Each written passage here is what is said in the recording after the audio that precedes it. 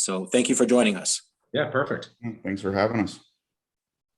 Yeah, absolutely. So let me just take a second to introduce myself.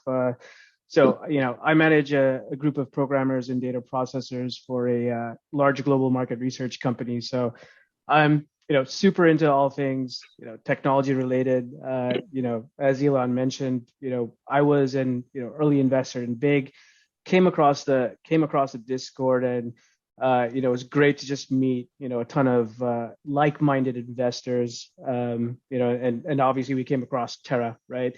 And so, a lot of folks in our community are obviously, exposed to crypto, either directly or indirectly via Bigg.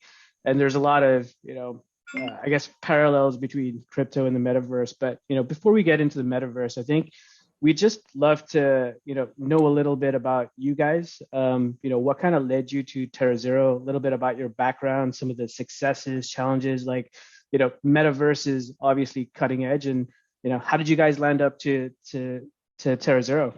Yeah, sure. Happy to answer that. So I actually knew the original founders of Bigg back in 2015. It was Lance, as I'm sure everybody knows. So we shared a lawyer, and I was kind of intrigued by what they were doing back then. And before, at that time, they didn't have the exchange, obviously. They were all about blockchain analytics. And I didn't really understand crypto back in those days. And I had some interest in it. But what I really got excited about was what made it work, was the blockchain technology. And so I ended up starting a company called DMG Blockchain. DMG was started in 2016. It became one of the largest crypto mining companies in North America. And we had a small falling out with Bigg because we acquired a company out of Silicon Valley that did something similar called Blockseer. But anyway, we took DMG I raised about 130 million for the company. Did deals with Marathon. In fact, Marapool was our technology. With Argo, we did deals with, and took the company to about a $700 million market cap. I left the company in March of last year, specifically to start TerraZero. And the reason is, as I mentioned previously, blockchain technology is what really excited me. And when I was at DMG, we did a deal with IBM. And we were jointly developing a blockchain-based supply chain management platform for the regulated products industry. And it never really took hold. And everybody was trying to create something using blockchain technology. And 99% of these projects failed. And the reason they failed was we were trying to find solutions for problems that didn't really exist. And the supply chain was fine. So why do we need to make it more complicated and slightly more secure? When I was exposed to the metaverse, this was early last year, I realized that every single building, every piece of land, every wearable, every piece of furniture, every stage, every concert venue, they were simply NFTs that were managed using a blockchain. And I realized now this is the next use case of blockchain technology. So I teamed up with a couple of people from DMG. We set about trying to find the right team, which was really quite complicated. There weren't a lot of metaverse experts at the time. There were very few people that understood the programming languages and understood the 3D modeling that's required in building stuff in the metaverse. And in fact, it was that same lawyer that had gone into the various metaverse worlds and started talking to users and players to try and build a team. And that's when we came across Bear NFT, which was a leading metaverse events company. And that was Ryan's company prior to this. So we built TerraZero. And I think, the reason that it's exciting is, I don't know if you want me to continue going on what TerraZero does, or if I should just turn it over to Ryan to talk a little bit about his. Yeah, let's turn it to Ryan, because I'm fascinated to learn more about you, and trust me, we're gonna get to everything to do with TerraZero because that's why we're here. So Ryan, tell us a little bit about yourself. Yeah, so kind of a weird, I guess, metaverse is an unconventional place where you can have very weird, odd beginnings. My background I guess my metaverse started as a child, when there wasn't even necessarily a term or a metaverse to go to. I've been gaming since I was a kid, watching tons of movies, always wanted to be in entertainment. And I ended up, of course, as one does for entertainment, going to law school.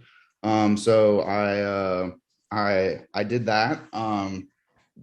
I backed out of becoming an attorney, just didn't do the bar. Graduated, and as someone, once again, as a normal lawyer, I then created an animation studio because I didn't want to practice. I then became a director and producer for a lot of music videos, such as we did stuff for Maroon 5, just like Carrie Underwood, who else? Journey, Louis Child, DreamWorks Television, a couple of other really big clients. And then simultaneously, while I was doing that, I started writing for video games and a bunch of other stuff as well, and creating more and more content. One of the little characters is that triangle over there. And so as I continue to do that, I started going, oh, there's the metaverse. It's finally starting to come up. I need to be part of that. It's actually becoming like a usable product versus kind of like a pipe dream that I think everybody my age had. Or at least everybody in my demographic that who's been playing games since, NES, wanted, and essentially created Bear NFT. I just deep dove into the metaverse. I originally went in it as a business. It became more of it's kind of cliche, but it became kind of like a community family sort of a thing, where really just became friends with everybody. And then it became not a place to work, but a place to hang out. While also being able to make money. So one of the first things I did was I created the first live music festival in the metaverse, which ended up being called To the Moon Fest. We had a bunch of really great DJs perform. They're all well-known touring artists that, play all around the world. And that was really amazing. We got covered by Forbes. It was the Forbes article that mentioned me with Meta and Mark Zuckerberg saying that he's starting his foray into the metaverse before they actually announced Meta and the changeover. So that was actually a really cool moment that at the time I didn't really even put together until a month ago. Someone said, hey, did you know you have an article about that? And I was like, no. And they're like, that's really cool. That should be on your wall. And I was like, never thought of it like that. But yeah, that is actually kind of cool. That's really cool. Yeah. So I was just like, oh my God, like we're creating the future. And then we followed that up with, we started hearing people going, oh, NFTs are dead. It's not a thing. It's a bunch of crap, blah, blah, blah, blah, blah. Meanwhile, it was making billions and billions of dollars over and over in all these marketplaces. So we created a Halloween event called NFTs Are Dead, which was the Decentraland Halloween party. And we created a haunted house.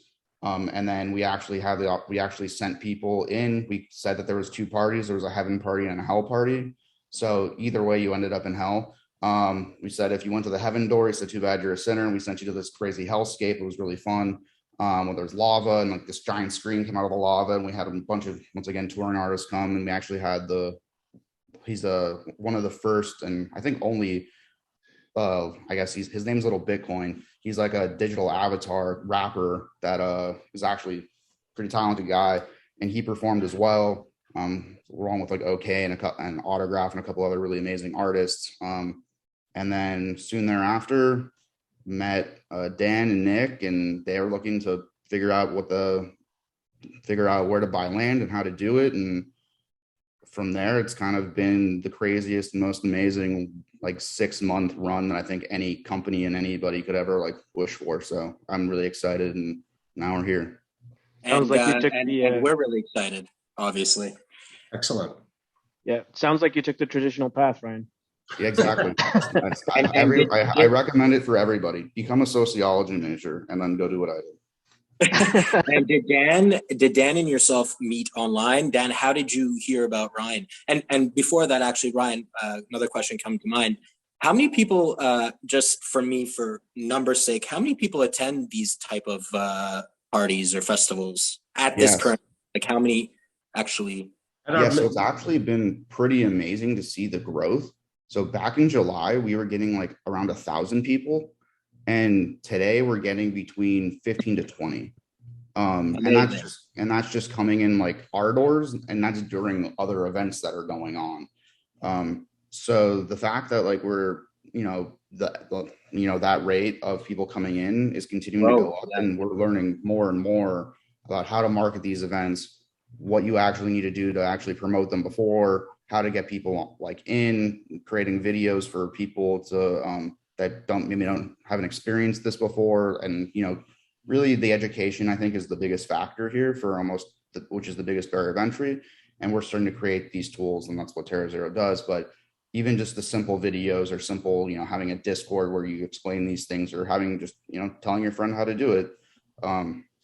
That's what's going to get more people into the metaverse. And that's what we're excited to be doing. And most of our days are education, and honestly, like, wouldn't really have it any other way. Further to what Ryan's saying about the growth and education, I'm a bit older than Ryan. So I was around when the internet started, and I remember the same thing happening. Just static web pages. AOL was a huge success because it was a gateway to help people understand, how do you get onto this thing called the internet. And so I'm seeing exactly the same thing here, which is, this is just the next iteration of the internet. With today's internet, we consume content, we look at it. With tomorrow's metaverse, we experience that same content. And I'll get into that, but actually I'll get into it right now. The reason I like the metaverse so much, and I see so much potential, is not only on our own growth, not only the fact that a small startup has managed to attract some of the largest brands, both consumer brands, adult beverage companies, music companies, and we'll get into some of our clients during this call. It's because they're all looking, it's the same at the beginning of the internet. How do I get onto the internet? This is a new medium to reach my customers. In the 1980s, Nike had one way to sell us a pair of shoes. It was a store on a street front. In the 90s, e-commerce happened, and it gave Nike a second way to talk to its customers and to sell to its customers. The metaverse presents a third way to talk to, interact with, and sell to your customers. So the growth potential is enormous. And I even think Nike came up with some, specific shoes that are only available on the metaverse, right? Limited edition NFTs, which is, talking a little bit about the evolution. I mean, it's crazy where we were, 3 years ago, and where we are today with the metaverse and the amount of interaction we have. Where do you see the metaverse in like 5 years, maybe 10 years down the line? Yeah, so that's a great question. I'm really thinking that, some people believe that everyone's gonna have a VR headset on their head. I don't personally believe that. I believe it's going to be more AR based experiences, where the metaverse is going to be, once you leave your computer or your home entertainment system, whatever that ends up becoming, I'm not quite sure yet. I think you're going to be putting on your glasses or contacts or whatever it ends up being in that regard too. And that metaverse experience and that metaverse overlay is going to come with you, and you can toggle it on and off on how high the immersion level you want it to be. Obviously, you don't want it to be where you can't figure out that a car's coming towards you or something like that. We don't want any of that either.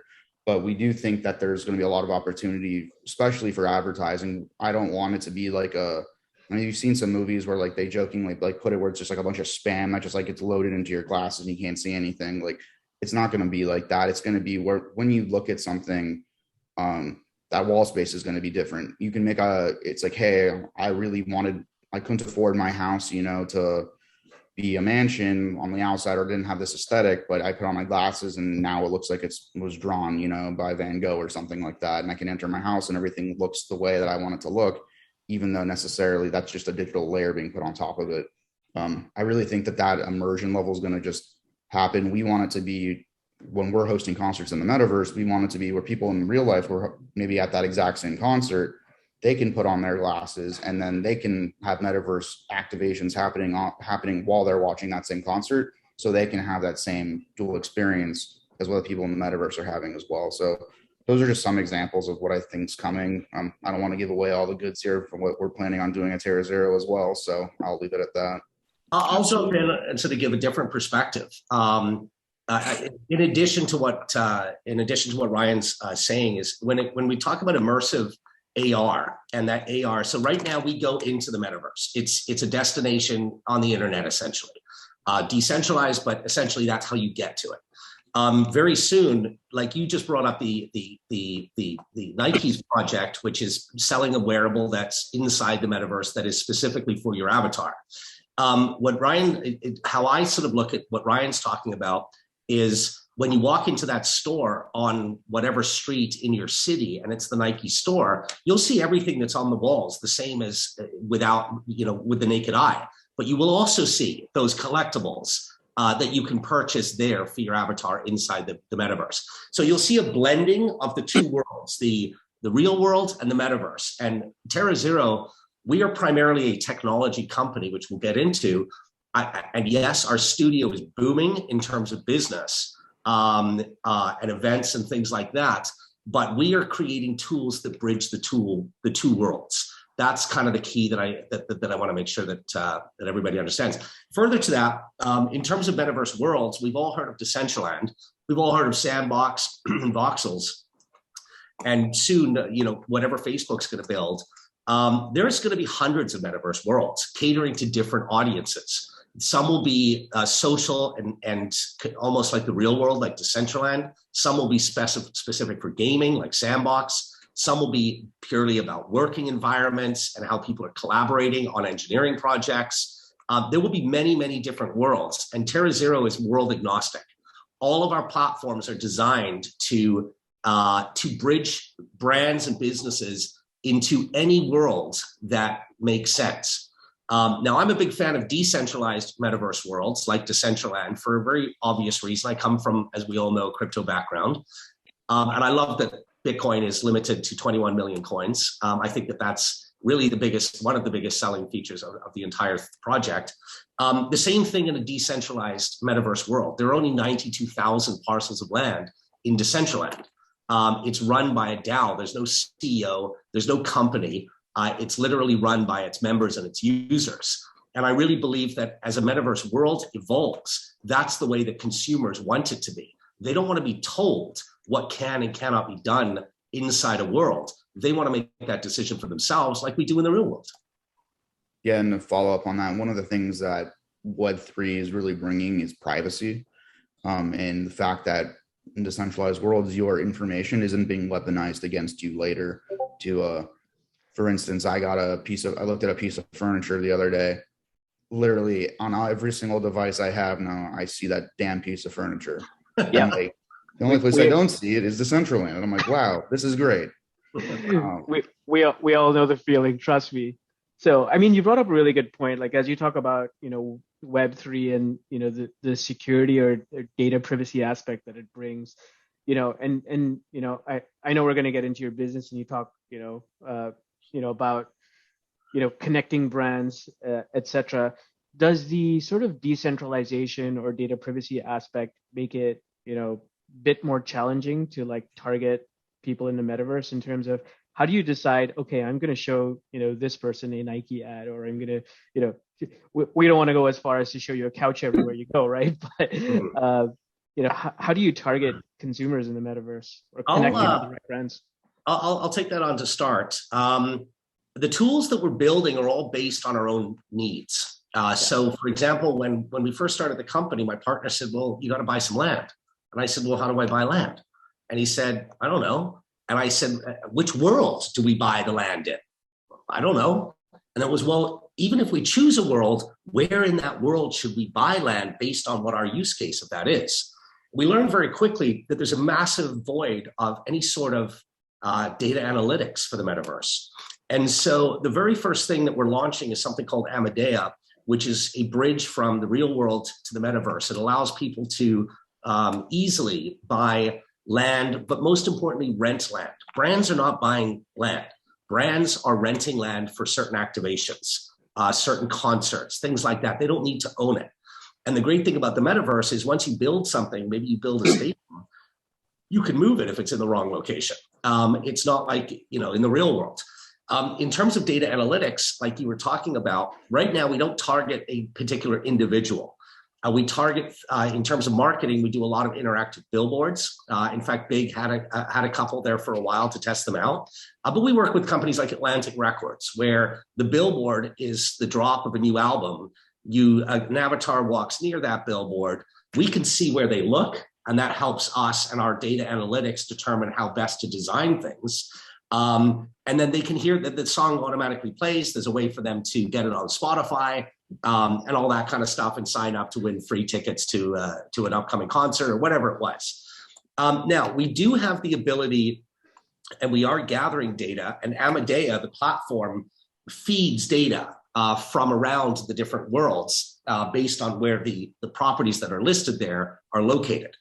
And that just helps us all make better decisions. So right now, we're talking to all of the largest commercial real estate companies in the world because they have started to get calls where it's one of their big brands. I'm going to use Nike a lot because it's just the easiest one.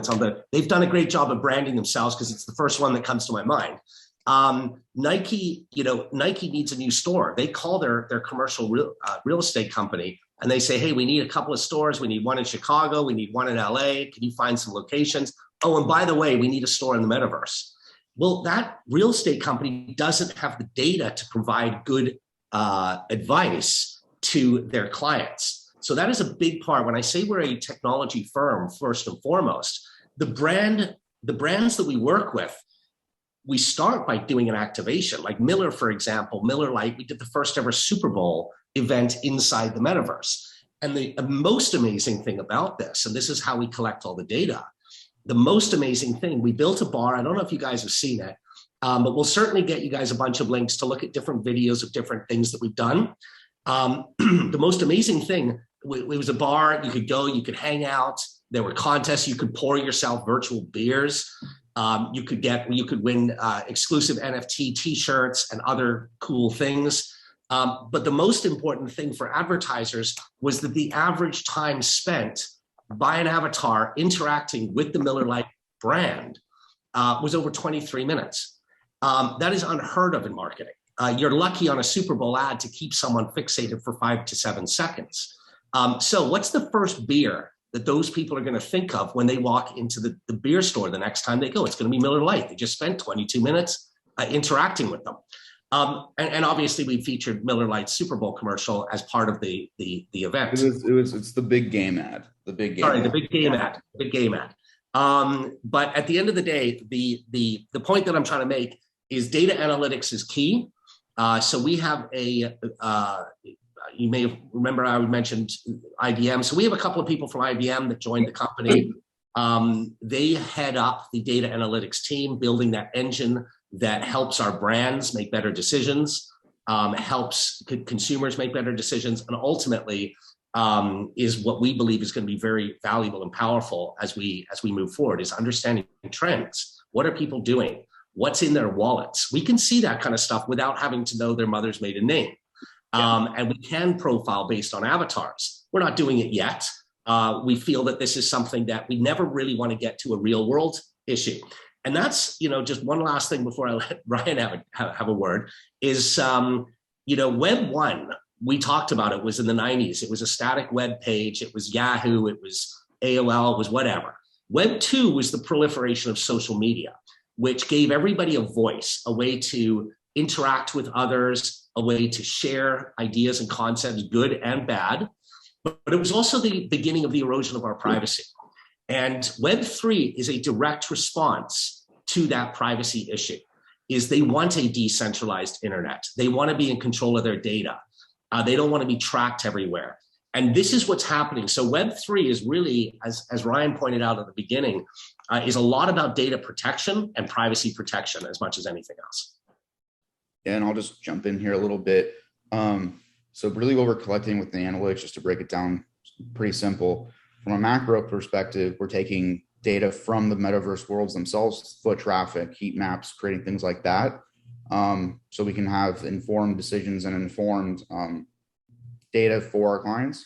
And then we also, when we create the scenes, we can create more of a micro analytic perspective where we can actually see who pushed what button for how long did they look at something for, why they engage with that, and we can start making inferences based on behavioral data. And once again, this is without actually knowing who anybody is.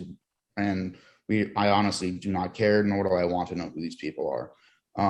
Because the thing with the metaverse is you can be whoever you want to be. So just because you're identifying as a dinosaur, in the metaverse, you might not identify as a dinosaur in the real world. So maybe targeting that advertisement towards you as a dinosaur isn't the right way to be doing things, in the real world anyway, because why would a dinosaur want, that product? So that's I'm joking, but not really.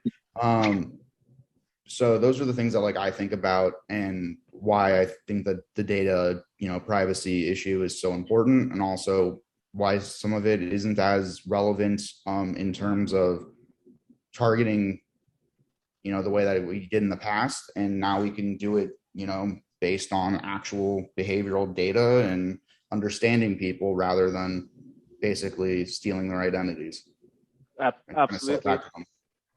I'm gonna make one comment on the data analytics piece, and then maybe we can jump into TerraZero specifically. But I definitely think the data analytics piece is so vital. Just being in the market research industry myself, Pepsi puts something on a shelf and they want to understand how it compares to all the products beside it. They want to know where people's eyes are moving, right? How long you retain their attention. So the fact that all of this is digital and that you're able to just basically, collect all the information about the, activation and just, about users' attention span, how long they're interacting with the brand. I think that's super cool. Yeah, and one of the things with our builds that I don't know if this is a future question that you're going to ask, but one of the things with the builds that we really think that's probably the most important for clients and everyone going forward is, in the real world, you have to get permits, you have to get all these things to build something. And also, if there's an earthquake or a disaster or something like that, those things are lost immediately. You have to rebuild them. Or if you want to add on to them, it's prohibitively expensive. Everybody knows how hard it is to, get a permit to add a bathroom to your house, especially here in California or something like that. We literally can build this event and continuously add on to it, and the thing is going to last in perpetuity. It's a digital file, but it's a digital file experience, and that thing can literally last forever and can be deployed whenever we want it to be deployed at any point in time, and can be taken down. So you can create scarcity of that as well. So these brands, they'll spend $100,000 on a pop-up event at South by Southwest, and only the people at South by Southwest can go to that, and they have to go tell their friends or ask to post to the social media. In the metaverse, millions of people can go to this event and they can do it again and again and again, and they didn't need to pay anyone to put it up or take it down. It's just a click of a button. So those are the things that really excite me about the metaverse going forward as well. That's super interesting. So I think we can probably pivot a little bit to TerraZero. Let's jump into some TerraZero while we're all here. If you want to just start there, Div, with the question list. Yeah, absolutely. Can you just tell us a little bit about TerraZero, like what your different products are and revenue streams look like? Yeah. So I'll start that one. As we talked about at the beginning, we are first and foremost a technology company. There are three very key parts to the company. One is our studio. Our studio is what gets all the media attention right now.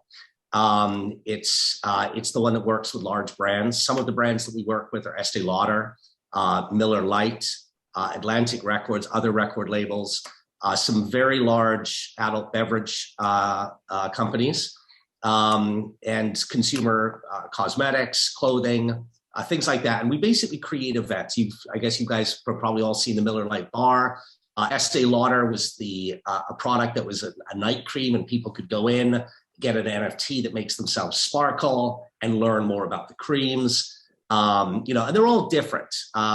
But the general point here is to take a marketing campaign and make it interactive and fun, because that's what people want. They want to be entertained. And so that's what we do. That's the studio business. Then we have a platform business, a technology platform business. And this is where we always talk about bridging the real world to the metaverse. So these brands come to TerraZero because there's very few companies that are full scale, everything you need. We own more lands. We're one of the largest landowners in the metaverse. One of the original developers for Decentralization has joined our company, and part of that is we vended in a very significant estate, which Ryan will talk about what we're going to do with later. The point that I'm trying to make here, though, is by having all the land, and they don't need to buy the land, they rent it. By having the land, we have the studio, we have the technology. It's a one-stop shop for them to do everything they need into the metaverse, and then obviously data analytics. So the second part of our business are software development, software platforms. The first one is Amadea. Amadea.com is kind of like a Airbnb. Right now, it's kind of like an Airbnb where people can list their lands from all the different worlds for sale, but also for rental, which is a huge market that has not been addressed yet because the technology wasn't available to how do you hold an NFT? And so Nike, for example, wants to put up 100 billboards. Well, they need 100 parcels of land for that 2-week period to drive traffic to their metaverse event, for example. The problem is that all of these individual owners hold the NFT for that piece of land, but they don't, sure, they want to sit on the ownership, but they want to monetize it while it's there. So they want to rent it out. Well, Nike needs to be 100% sure that that land is available for their campaign dates, because, you know, this isn't Mickey Mouse. This is real life, and this is, deadlines are important and campaign dates are important. The landowner doesn't want to give up his NFT to Nike because there's no customer service in the metaverse. And so he may never get it back. And so that was a big challenge that existed in the industry. And we solved that by creating smart contracts that hold the NFT until the conditions are met by both sides. So Amadea will allow people to see different lands, see different prefabricated buildings. Right now, if you were to build something from scratch, it's usually, let's say you build a tower 4 stories for your office building.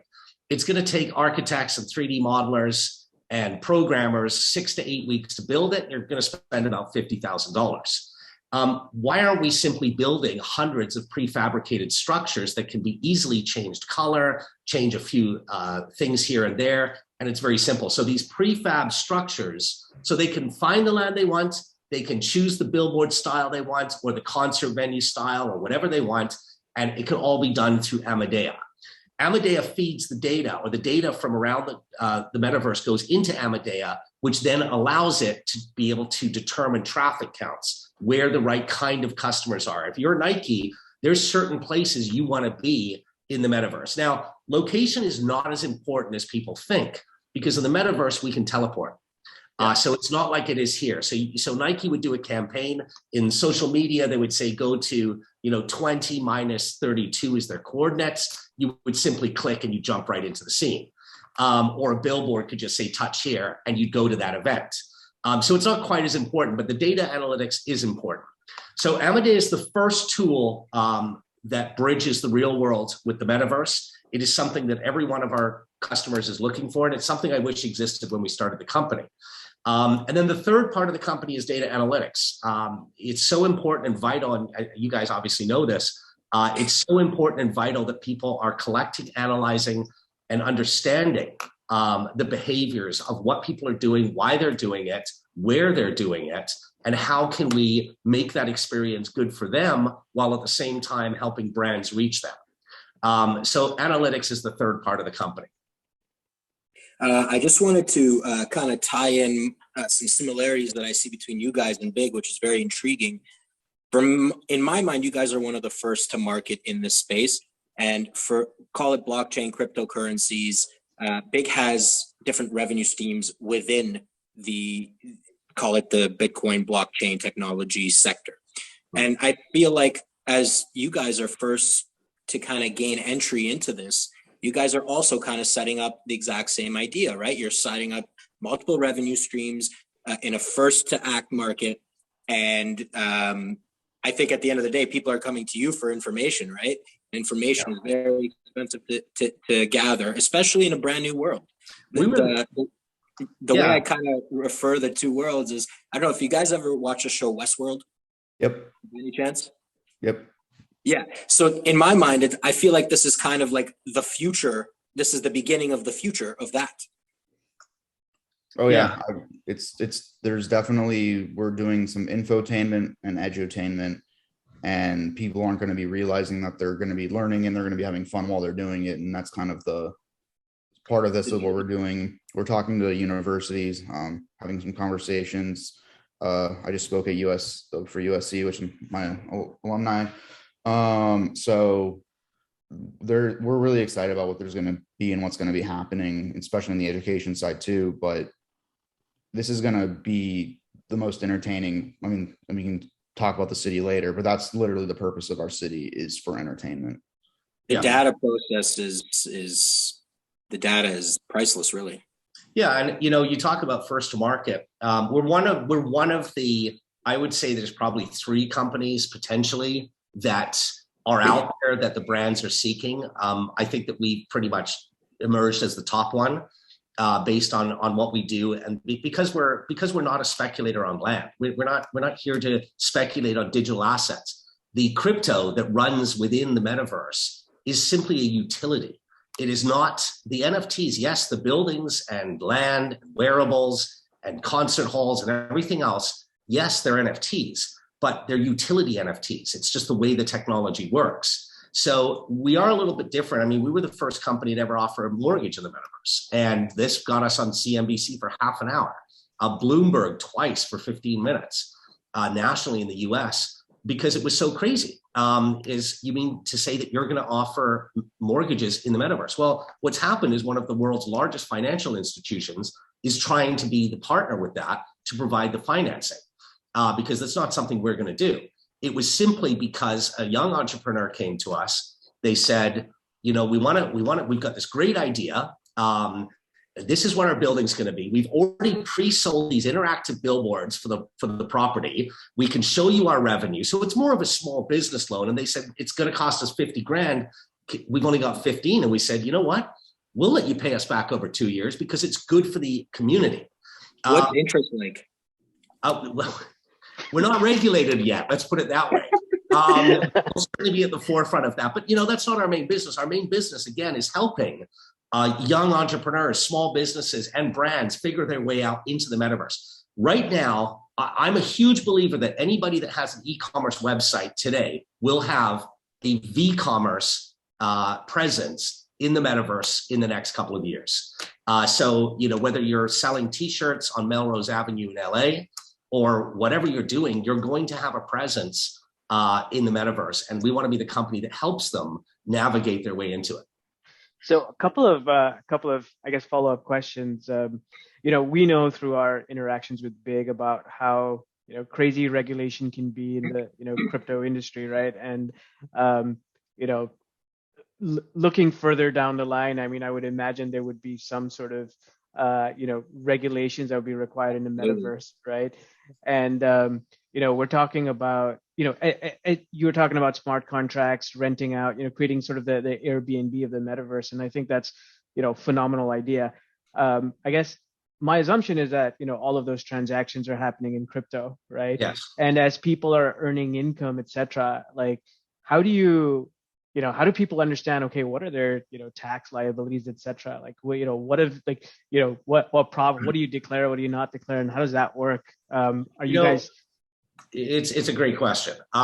We're not tax advisors. People will have to deal with that the way that they see fit. What I will say, just coming back to how Bigg plays a very important role.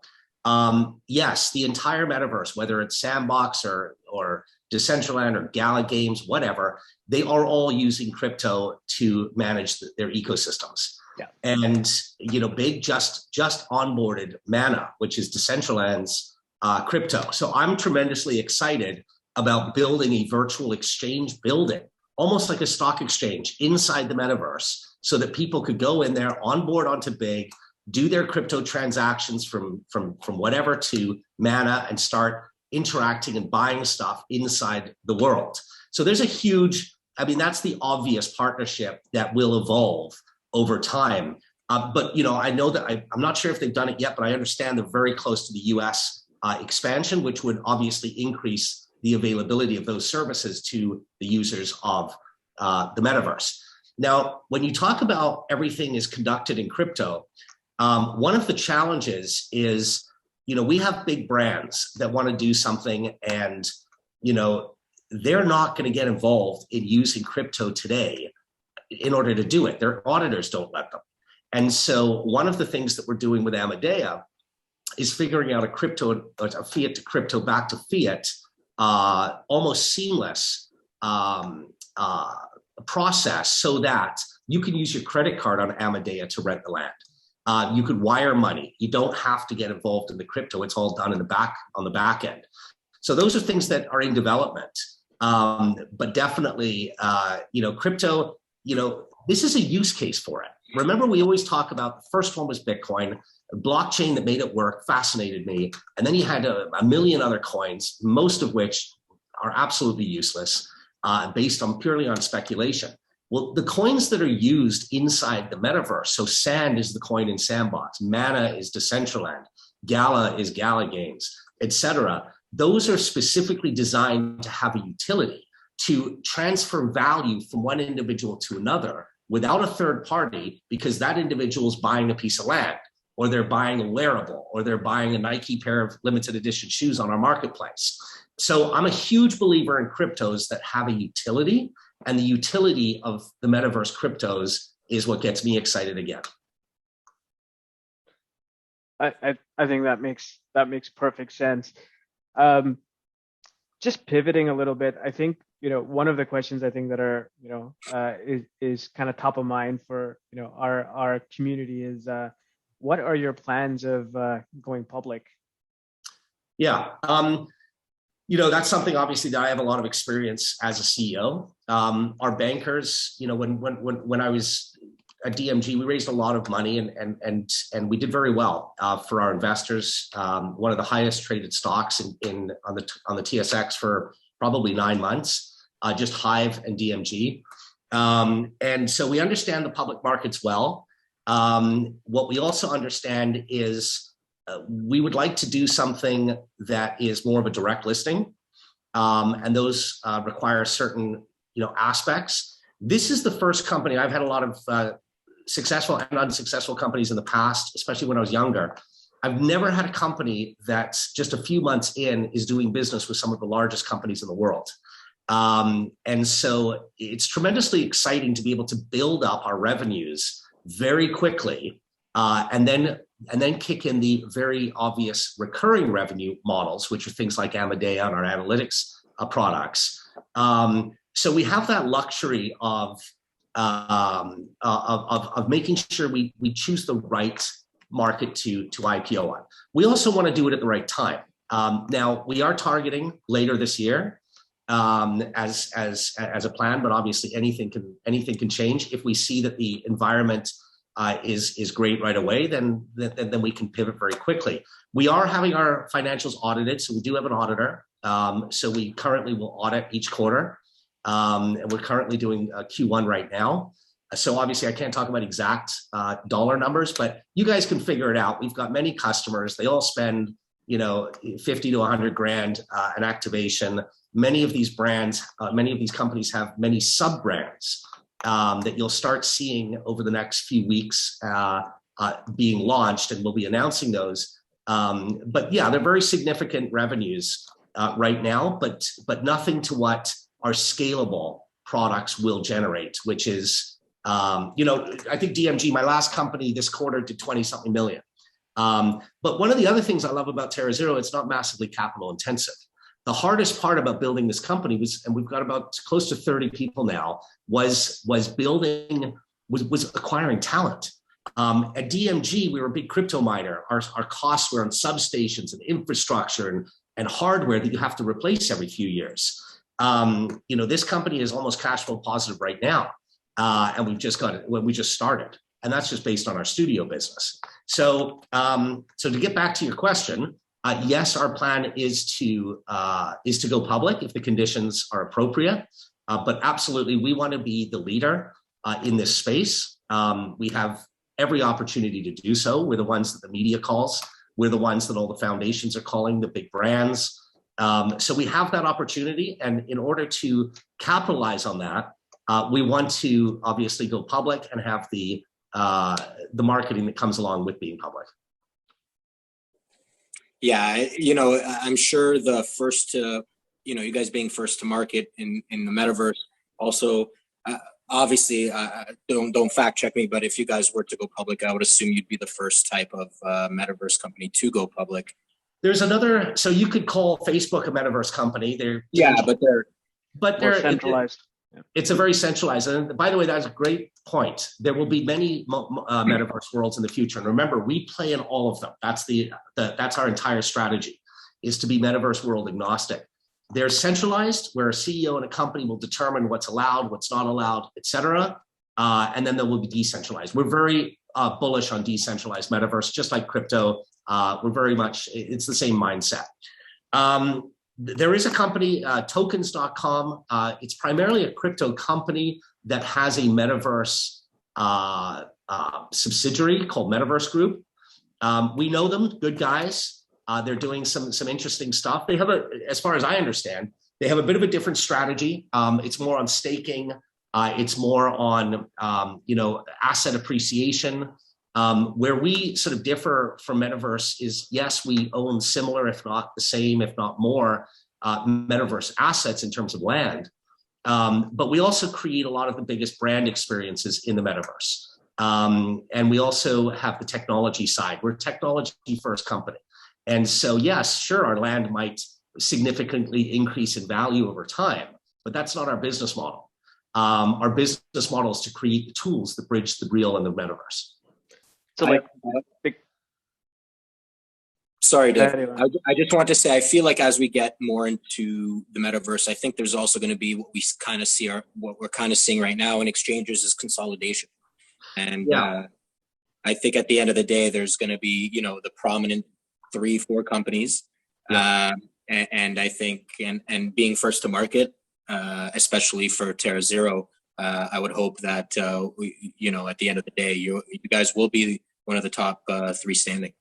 Yeah, I mean, it's interesting that you say that. There's going to be, by the way, there's going to be 100 companies in Canada. You know how this industry works. There's going to be 100 companies that were mining companies last week that are now apparently metaverse companies.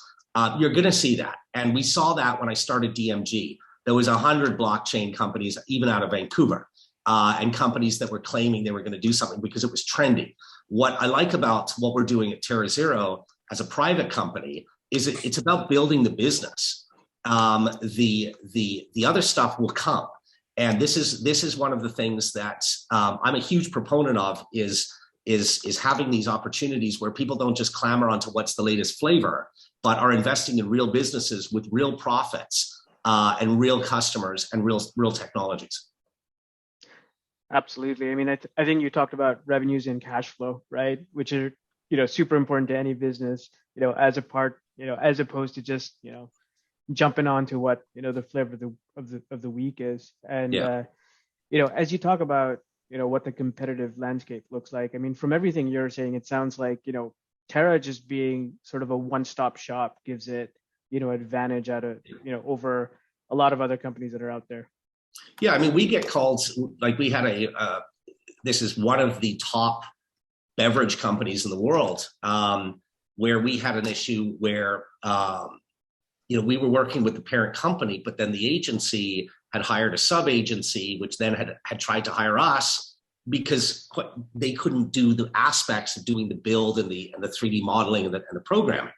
It's very helpful for companies to be able to have one place where they can do from everything from conceptual to video game production to interactivity to modeling, design, programming, and even getting the land that they need to do their project on.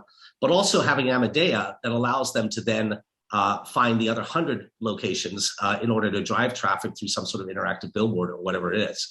So yeah, they don't have to go anywhere else. If a brand like Nike says we want to get into the metaverse, we can do everything from start to finish. And at the end of the campaigns and the activations, we can deliver intelligent data to help them understand how it went, how successful it was, and what they could do to improve it next time. Makes sense.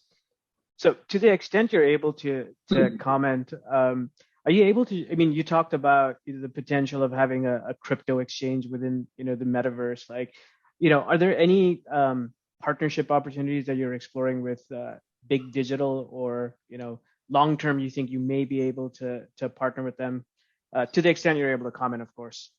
Yeah, I mean, obviously, I can't comment on Bigg's plans. Obviously, that's Bigg's thing. What I can say is that um, I respect Bigg's management. I respect what they're doing. I like what they're doing.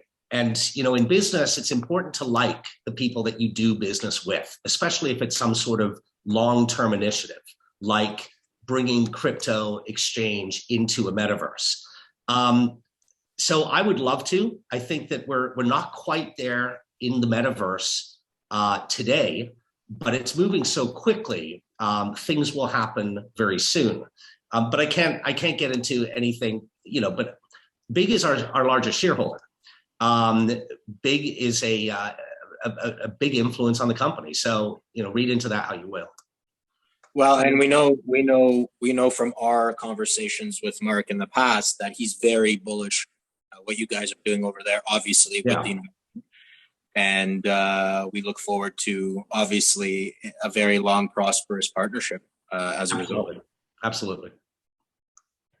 So I guess, looking forward, the next year or 18 months or 24 months, like, what should we expect from, TerraZero? What are the things that are, getting you guys really excited? Well, near term, I'm going to let Ryan talk about the city in a minute, because that is ultimately his vision, and a bunch of people that have been in the metaverse. They used to play games in the metaverse. This used to be a game, and all of a sudden, they're all having these wonderful jobs, doing this stuff for brands and clients. In the very near term, and I don't think it's more than about a month, maybe 6 weeks away, we're launching Amadea. That's going to be tremendously excited. I will be talking about that on various media outlets, primarily, business TV like CNBC and Bloomberg, because they're all looking for solutions of how do people, because everybody hears about the metaverse, but actually getting into the metaverse is a whole different story. We're making that easy for everybody. So that's kind of something that very near term, we don't even have to go 12 to 24 months. We're going to be launching platforms that are unique in the metaverse world and that solve real problems. The other thing you're going to see is a tremendous amount of brand activations. We're booked solid. Our biggest challenge is scaling our modeling team. The reason Ryan looks so rough is because he hasn't slept in 3 weeks. I don't have time to go get a haircut. That's why I look like this. The point is that you're going to see a ton of stuff like that, and we'll try. I think you can sign up. Sorry, I should know this, but I think you can sign up for our Twitter or our social media, and you'll be able to see all these announcements as they come out. You'll be able to do walkthroughs of the different events and things like that. But we recently acquired, as I mentioned, from one of the original, one of the OGs for the metaverse, one of the programmers. One of the largest single estates at 185 parcels strictly for equity, because he wanted to be part of the TerraZero. He didn't want to. It was the same thing that we're talking about. You don't isolate yourself and pigeonhole yourself into one world, because a lot of these worlds will collapse. It's just like social media. There were 100 social media companies, but 1 or 2 of them actually made it. So why would we limit ourselves to one world? So we're very much world agnostic. But the general plan here was to build something amazing. So Ryan, maybe just talk a bit about the city. Yeah. So one of the things that, like, I guess I've been dreaming about for a while here, when I'm sleeping, also when I'm awake, but is our city.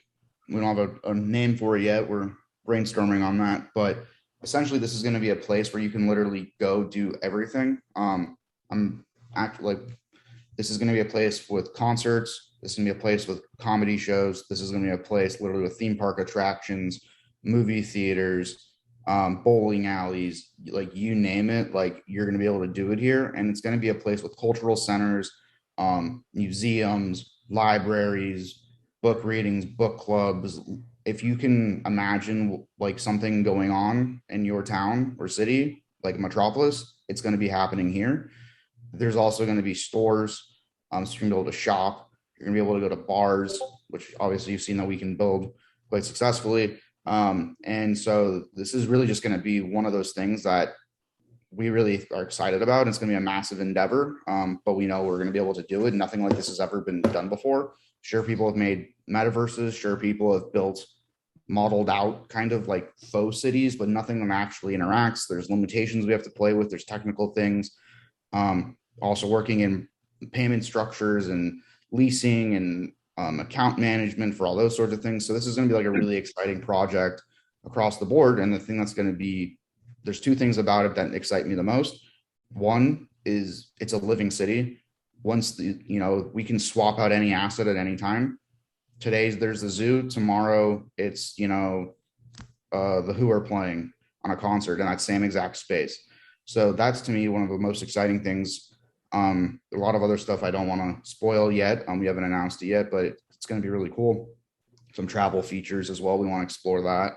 And then the other piece is the city is not, since we're metaverse agnostic, this city is going to travel and be cloned. So any opportunity that you can have in our city here, we're going to try to mirror it as close as possible based on metaverse specifications into other metaverses.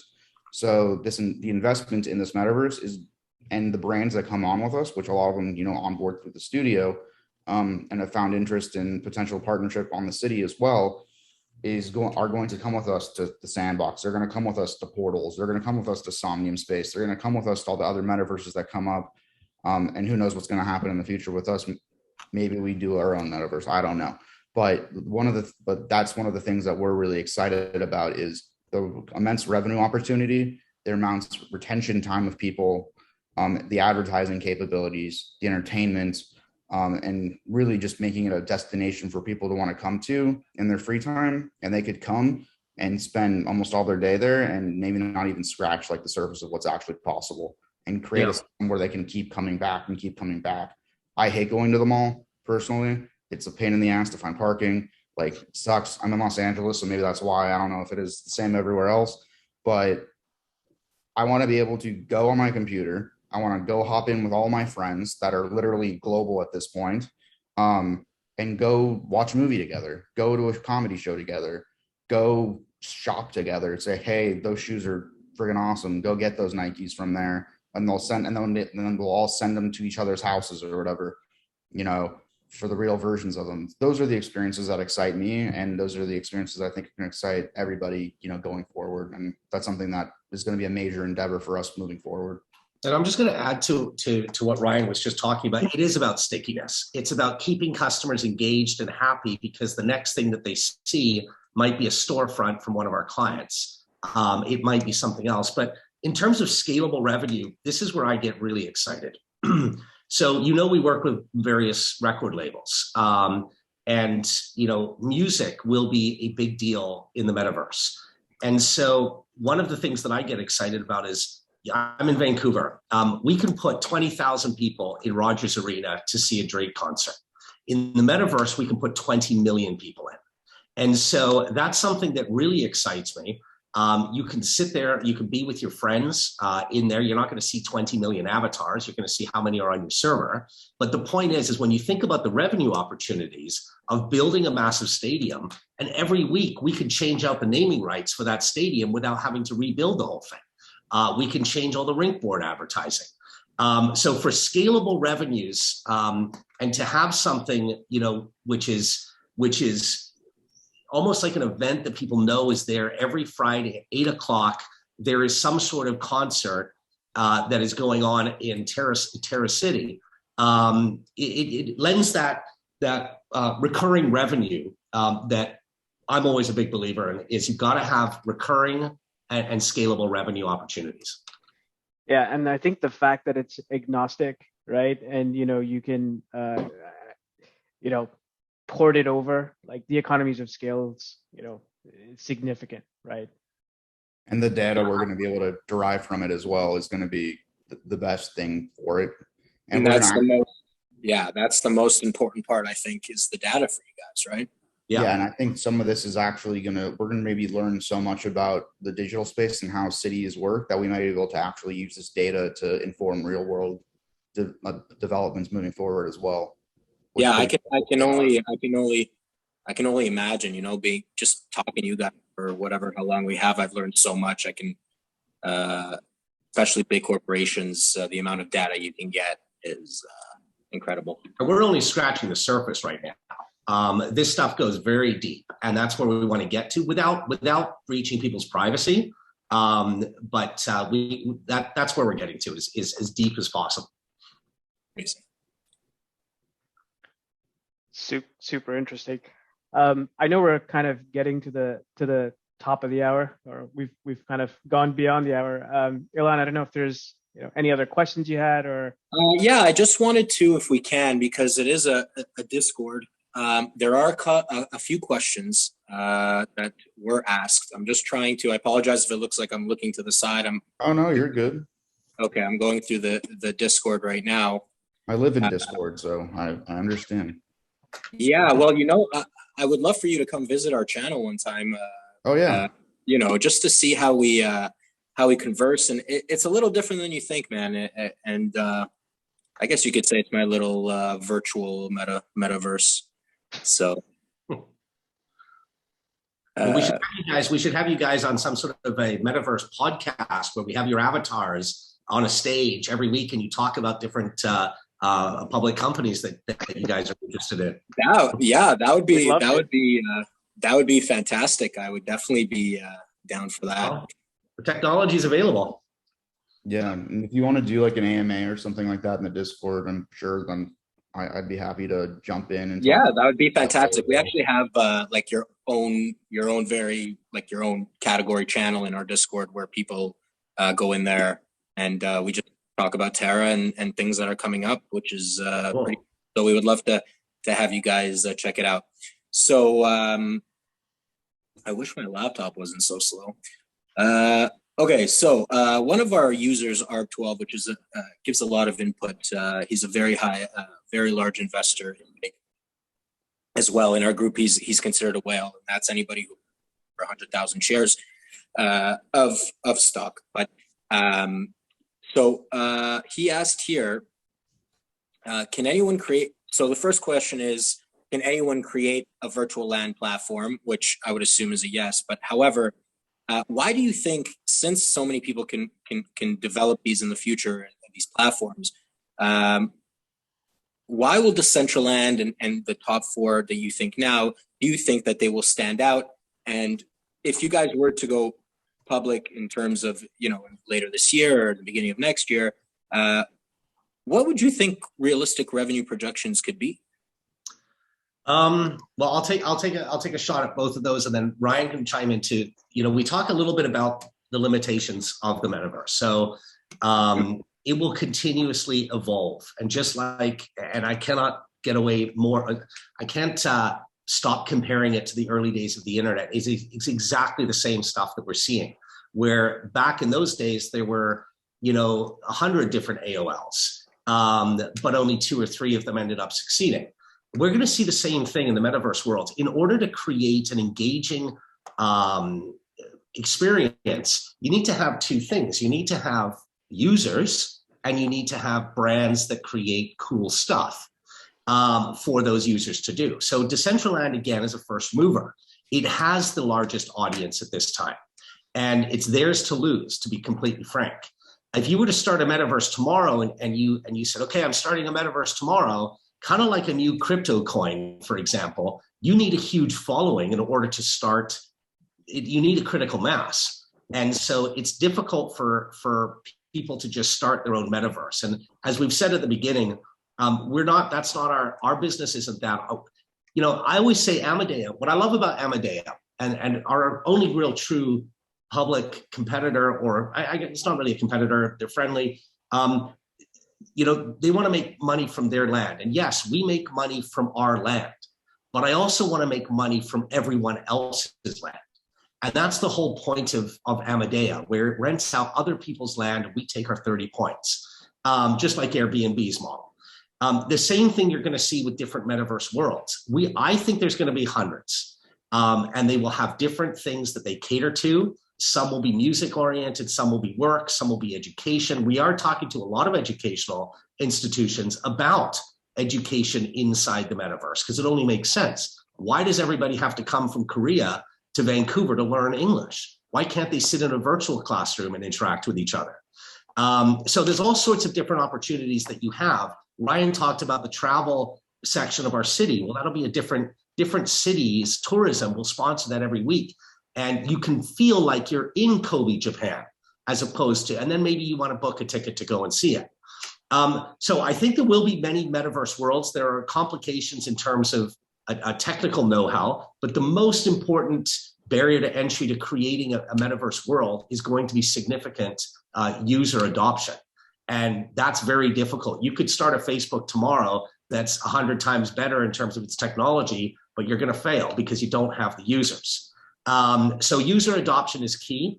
When you talk about when we go public, if we go public and what our revenue projections would be, I'm not comfortable with answering that because I had no idea that our studio would be so successful so quickly. I have no idea what the uptake for Amadea is going to be. But what I do know is that the largest landowners in the metaverse have all expressed interest on using Amadea immediately for listing their lands. So I don't know how big it's going to get. And I don't know how valuable the data analytics will be. But what I do know is that as a small business owner or as a big business owner, I need to know, I need to have intelligence because this is the next version of the internet. It will be the next version. It's Web3. And I need to understand it. What is that worth? I have no idea. But what I do know is I'm building this because it's passionate. I don't need to. Obviously I had a very successful career. And I love this. This is what I'm enjoying this because you can be part of something that is evolving in real time. And there's a roadmap for success. It's called How Did the Internet Evolve Itself? Let's just follow that, but make it immersive, make it interactive. That's really my feeling. That's amazing. Div, do you have any, I know you mentioned I don't know if you asked them already. I know you mentioned you might have a couple of questions, but I'm good on my end. Yeah, I think there's one more question that maybe we haven't addressed, but as you look at your sort of the larger client set that you have, and you talked about some massive Fortune 500 companies. Do you feel that their executives are at the level where they kind of understand what the metaverse is and what the potential opportunities, or do you find yourself having to do a lot of education as you're generating this revenue stream or potential revenue stream? Yeah, no, it's a great question. They've all heard about it. They know they need to get there. They have no idea, just like I had no idea a year ago, what this metaverse thing was and what it involved and how to interact with it, how to generate revenue from it. So yes, there's a lot of consulting opportunities, but there's also a lot of knowledge that we have in our team that we don't want to share. There's some of the largest companies that are business consulting companies, we'll call them, that have other clients talk to us all the time because they're getting approached by their clients and they're saying, well, you already helped me with my web strategy. Can you help me with my metaverse strategy? So there's a huge lack of education and knowledge at this time, just like there was in 1993 with this new thing called the internet. It was the same thing, is that people didn't understand it. Companies like ours emerged to be able to work together and collaboratively with other companies to help them and their clients navigate their way into it. That's, that's like I said, first to market, and revenue streams are abundant, and everything is kind of evolving and unfolding in real time, which is so cool. That's my thing. So we actually meet in the metaverse as a company. We have our own building. We meet there from time to time. We have a boardroom. We have a rooftop where we can display videos and things like that. But the funniest thing is a lot of our people, because it's such a unique skill set. Ryan there is in LA. Brandon, who's at a client's facility right now, he's based out of Chicago. We have people in Germany. We have people in Ottawa, in Montreal. But it's okay. It works this way. And quite honestly, the pandemic helped foster this this comfort of being able to work anywhere. And the funny thing is, the funny thing is that you know, I wanted to have an office. I'm a big believer in having an office as a central point, but there's no point because we have an office and it's in the metaverse, and all of our people are in different places around the world because that skill set is so unique, and you got to find them, right? Yeah, absolutely. I mean, I think the pandemic has just accelerated so many different things, and the metaverse is definitely one of them.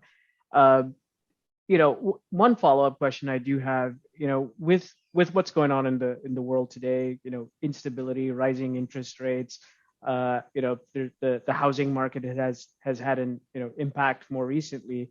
Are you seeing some of that stuff, I guess, translate into the metaverse as well in terms of, you know, real estate prices, et cetera? Yeah, I mean, obviously, you know, that was actually a question that I think it was CNBC asked me when we launched the first ever metaverse mortgage. Was, are you doing this because young people can't afford real estate in the real world? And we said, no, of course not. We don't provide any sort of financing for speculation. We provide it more as a small business loan. But what you're saying is accurate, is many people are disenfranchised in the real world, especially young people. The housing market I've got a 20-year-old son, and it's tough for that generation. They don't make enough money to service the cost of living in places like Vancouver or LA or Chicago or Toronto. And, you know, again, I refer back to the internet. When the internet started in the mid-90s and it started becoming a thing, it originally started as I remember seeing someone send an email and I said, well, that's kind of dumb. I didn't realize where it was going to evolve to.